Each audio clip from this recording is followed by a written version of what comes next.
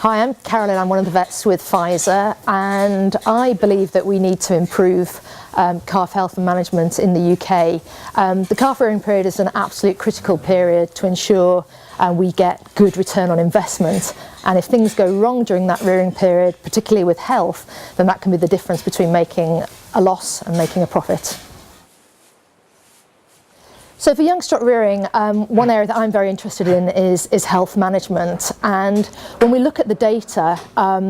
in the rearing process, probably two key diseases are enteric disease and respiratory disease, and in calves up to a month of age it's probably gut disease, but we know from 1 to 12 weeks it's respiratory disease, and we know that it costs the UK industry about £80 million a year,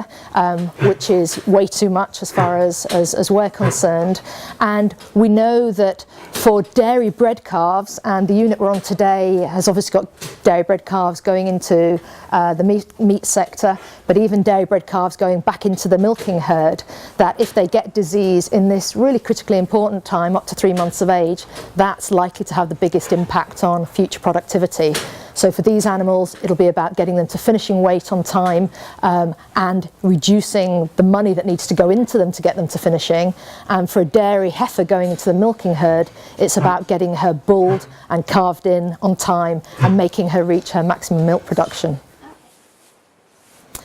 So from Pfizer's perspective, we're particularly interested in, as I said, calf health and respiratory disease. So we want to work with Farmers Weekly and with vets and farmers to try and educate people about how important respiratory disease is. We're on this unit today because these calves follow a very, I say strict protocol. It's a very good protocol in terms of healthcare. All these animals are vaccinated 3 times against respiratory disease to try and minimise the impact of that disease at this age group, and also make sure that as they go through to finishing, they've had the best possible start in life. So what we want to do is try and get that message out to farmers. It's not just about vaccinating, it's about managing health holistically, how to manage your calves, how to minimise disease risk, which can be around good health, good nutrition, building design and so on, so that farmers will actually remain profitable and remain in business.